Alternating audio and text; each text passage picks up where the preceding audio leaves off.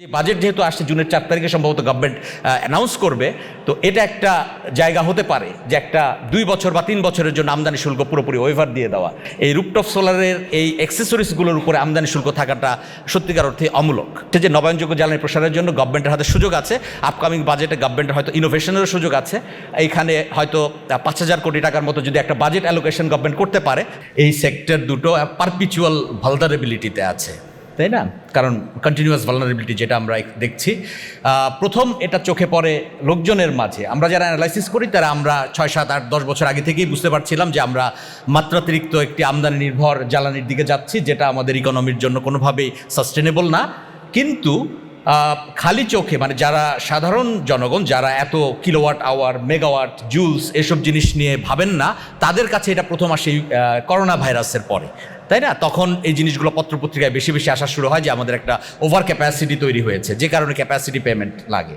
এবং এটা আরও ওপেনলি সবার সামনে ধরা পড়ে ইউক্রেন রাশিয়া ক্রাইসিসের পরে, যখন দেখা যাচ্ছিল যে আমাদের যথেষ্ট সক্ষমতা আছে কিন্তু আমরা বিদ্যুৎ উৎপাদন করতে পারছি না, আমরা জ্বালানি আমদানি করতে পারছি না।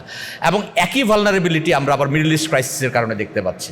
তো এর কারণটা যদি আমরা দেখি, তাহলে গত 4-5 বছরে আমাদের ওভারঅল প্রাইমারি এনার্জি, এখানে আমাদের আমদানি নির্ভরতা সিগনিফিকেন্টলি বেড়েছে। যেটা 5 বছর আগেও ছিল 47%, সেটা এখন 62.5%। এবং এভাবে যদি আমরা আগাতে থাকি, এটা খুব দ্রুতই হয়তো 2030-35 গিয়ে এটা 80-85 বা 90% গিয়ে আমরা পৌঁছবো।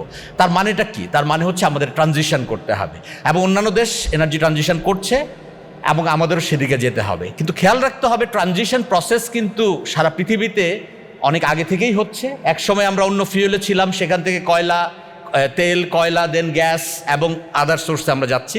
তো আমাদেরকেও সেই ট্রানজিশনটা করতে হবে, এবং সেটা আমাদের রেলিভেন্স এবং এভিডেন্স দুইটার উপর বেস করেই করতে হবে। এখন আসি আমাদের বিদ্যুৎ খাতের যে অবস্থা দাঁড়িয়েছে। দেখুন, আমাদের ইনস্টল ক্যাপাসিটি হচ্ছে প্রায় 29,000 মেগাওয়াট, এবং যদি আমরা ডিরেটেড ক্যাপাসিটি চিন্তা করি, অর্থাৎ যেটার উপর আমরা ডিপেন্ড করতে পারি, সেটা প্রায় 27,000 মেগাওয়াট।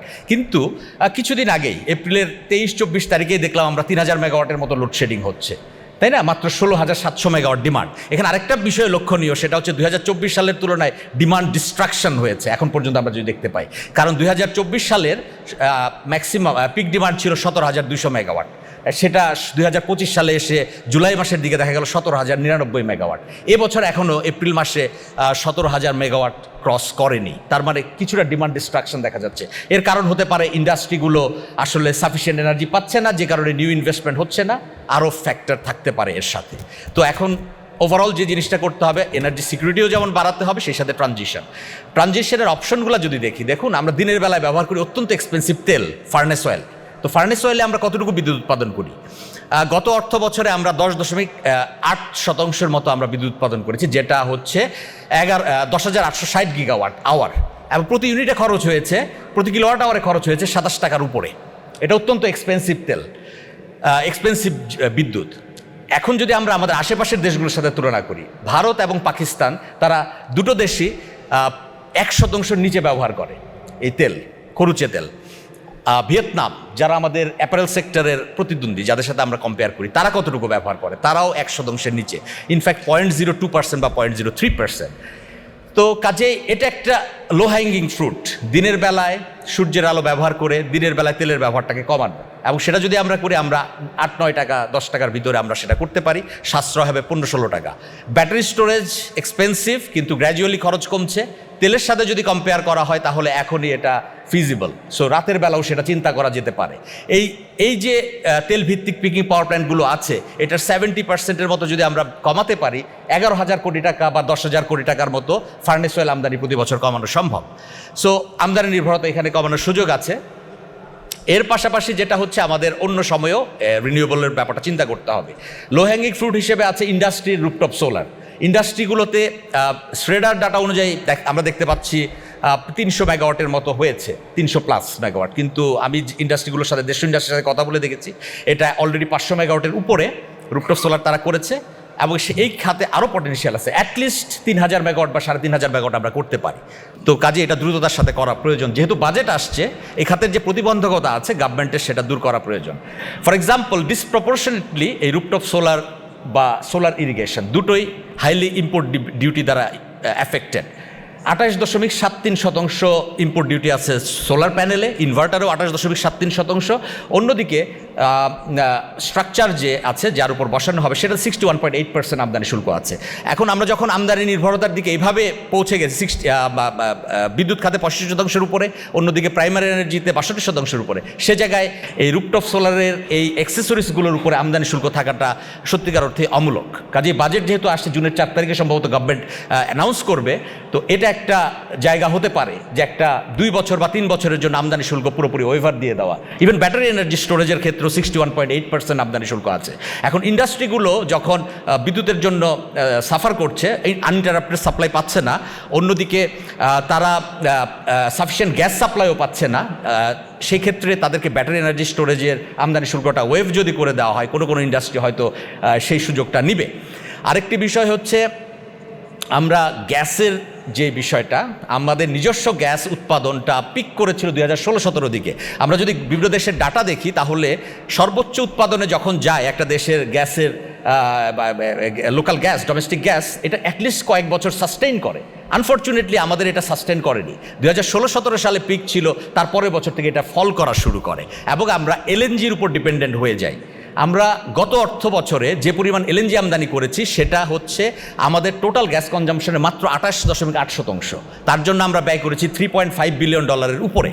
আর এখন মিডল ইস্ট ক্রাইসিসের পরে আমাদের যে দামে এলএনজি কিন্তু হচ্ছে স্পট মার্কেট থেকে, সেটা হচ্ছে আপনার মোর দেন $20 পার MMBTU। এবং এর কারণে আমরা এপ্রিল থেকে জুন মাস, এবছরের এপ্রিল থেকে জুন, এই পিক সামার টাইমের কথা যদি চিন্তা করি এবং এটাকে যদি কম্পেয়ার করি 2024-25 অর্থ বছর এপ্রিল থেকে জুন মাস, সমপরিমাণ এলএনজি যদি এবছর আমদানি করতে যাই তাহলে গভর্নমেন্টকে $1 বিলিয়ন উপর এক্সট্রা সাবসিডি দিতে হবে শুধুমাত্র এলএনজিতে, রিগ্যাসিফিকেশন এবং টার্মিনাল কস্ট ছাড়া। কাজেই আমাদের এই কস্টগুলোকে ফ্যাক্টর ইন করতে হবে আমাদের টোটাল এনার্জি সিস্টেমে, যে আমরা কীভাবে জ্বালানি নিরাপত্তা বাড়াবো এবং আমদানি নির্ভরতা আসলে কমাবো এবং খরচগুলোও কমাবো। আরেকটি বিষয় আমার প্রথম বক্তা বলে গেছেন বিদ্যুৎ খাতের ভর্তুকির কথা, সেখানে একটি স্ট্যাটিস্টিক্স দিই, সেটা হচ্ছে 18-19 সালের দিকে আমাদের এই খাতে রেভিনিউ শর্টফল ছিল 8,000 কোটি টাকার মতো, 2018-19 সালে বা 17-18 সালে যদি ভুল না হয়। সেটা গত অর্থ বছরে গিয়ে হয়েছে 55,600 কোটি টাকা। এর মূল কারণ কিন্তু হচ্ছে আমাদের উৎপাদন খরচ 12 টাকা 10 পয়সা, আমরা বিক্রি করছি 60 টাকা 4 পয়সা, এই 5 টাকা গ্যাপের কারণে। কাজে আমাদের যে ওভারঅল যে লসগুলো হচ্ছে প্লাস আমরা যে এক্সপেন্সিভ জ্বালানি কিনছি সেটাকে যদি আমরা মিনিমাইজ করতে পারি তাহলে এই গ্যাপ, এই যে ওয়াইডেনিং গ্যাপ, এটাকে আমরা কমাতে পারবো। আরেকটি বিষয় হচ্ছে এই অর্থ বছরে কিন্তু এটা সিগনিফিকেন্টলি বেড়ে যাবে, বিকজ আমাদের মিডল ইস্ট ক্রাইসিসের কারণে বেশি দামে কিনতে হচ্ছে। তো সব কিছু মিলিয়ে আমাদের গ্র্যাজুয়ালি, যেটা আমরা আগে বলতাম, আমি কিছুদিন আগে বলতাম যে আমাদের গ্র্যাজুয়াল এনার্জি ট্রানজিশন দরকার, আমার মনে হয় এখন আমাদের অ্যাক্সিলারেটেড এনার্জি ট্রানজিশন প্রয়োজন। রিনিউয়েবল এনার্জির কথা বললাম, শেষ করছি এনার্জি এফিসিয়েন্সির কথা বলে। এনার্জি এফিসিয়েন্সি অনেক ক্ষেত্রে লো হ্যাঙ্গিং ফ্রুট, অনেক অপরচুনিটি আছে ইন্ডাস্ট্রিগুলোতে, বাসাবাড়িতেও, সেটা আমাদের চিন্তা করা উচিত। একটা ছোট এক্সাম্পল দেই, আমরা যে ফ্যানগুলো ইউজ করি সবার বাসায়, আমরা কিন্তু ফ্যান ম্যাক্সিমাম টাইম ইউজ করি, বাতি কিন্তু আমরা খুব বেশি সময় ব্যবহার করি না। এই ফ্যানগুলো কিন্তু যেগুলো পুরনো সেগুলো 80 ওয়াট 100 ওয়াট, সবগুলো ফ্যানকে আগামী 5-7 বছরের ভিতর যদি 35 ওয়াটের বিএলডিসি ফ্যান দিয়ে যদি আমরা রিপ্লেস করতে পারি, সেখানে সিগনিফিকেন্ট বিদ্যুৎ সাশ্রয়ের সুযোগ আছে। একইভাবে ফিউচারে লোকজন যে এয়ার কন্ডিশনার কিনবে, আমাদের মূল লোডের কিন্তু মেজর পার্ট হচ্ছে এই কুলিং লোড, এয়ার কন্ডিশনার এবং ফ্যান। এটা কিন্তু এক্সাম্পল হচ্ছে যে বৃষ্টি হচ্ছিল তখন আমাদের পিক ডিমান্ড ছিল মাত্র 9,000 মেগাওয়াট, ওয়ারাজ আমাদের 10,000 মেগাওয়াট, কিন্তু আমাদের গরমের সময় এটা কদিন আগেই, যেমন এপ্রিল 23-24 তারিখে ছিল 16,700 মেগাওয়াট, যখন বৃষ্টি হচ্ছে তখন এটা 9,000 মেগাওয়াটে নেমে আসছে। এই সিগনিফিকেন্ট ডিফারেন্সটা কিন্তু হচ্ছে এয়ার কন্ডিশনার এবং ফ্যান। কাজে এই ফিউচারে আমরা এই জিনিসগুলো যেন ইনসেন্টিভাইজ করি, গভর্নমেন্ট যেন ইনসেন্টিভাইজ করে তাদেরকে efficient air conditioner, efficient fan এগুলো কিনতে সহায়তা করে। এখানে একটা ডিসপ্রপোর্শনেট ট্যাক্সের ব্যাপার আছে, সেটা হচ্ছে যে এয়ার কন্ডিশনারের যে কম্প্রেসার আছে, কম্প্রেসার উইথ ইনভার্টার আনলে সেটার উপর হাই ইম্পোর্ট ডিউটি আছে compare to compressor without inverter. এটাও কিন্তু একটা অ্যানোম্যালি। আপকামিং বাজেটে গভর্নমেন্ট যদি এটা অ্যাড্রেস করে তাহলে হয়তো ভালো হবে। লাস্ট কথা, সেটা হচ্ছে যে নবায়নযোগ্য জ্বালানি প্রসারের জন্য গভর্নমেন্টের হাতে সুযোগ আছে। আপকামিং বাজেটে গভর্নমেন্টের হয়তো ইনোভেশনেরও সুযোগ আছে।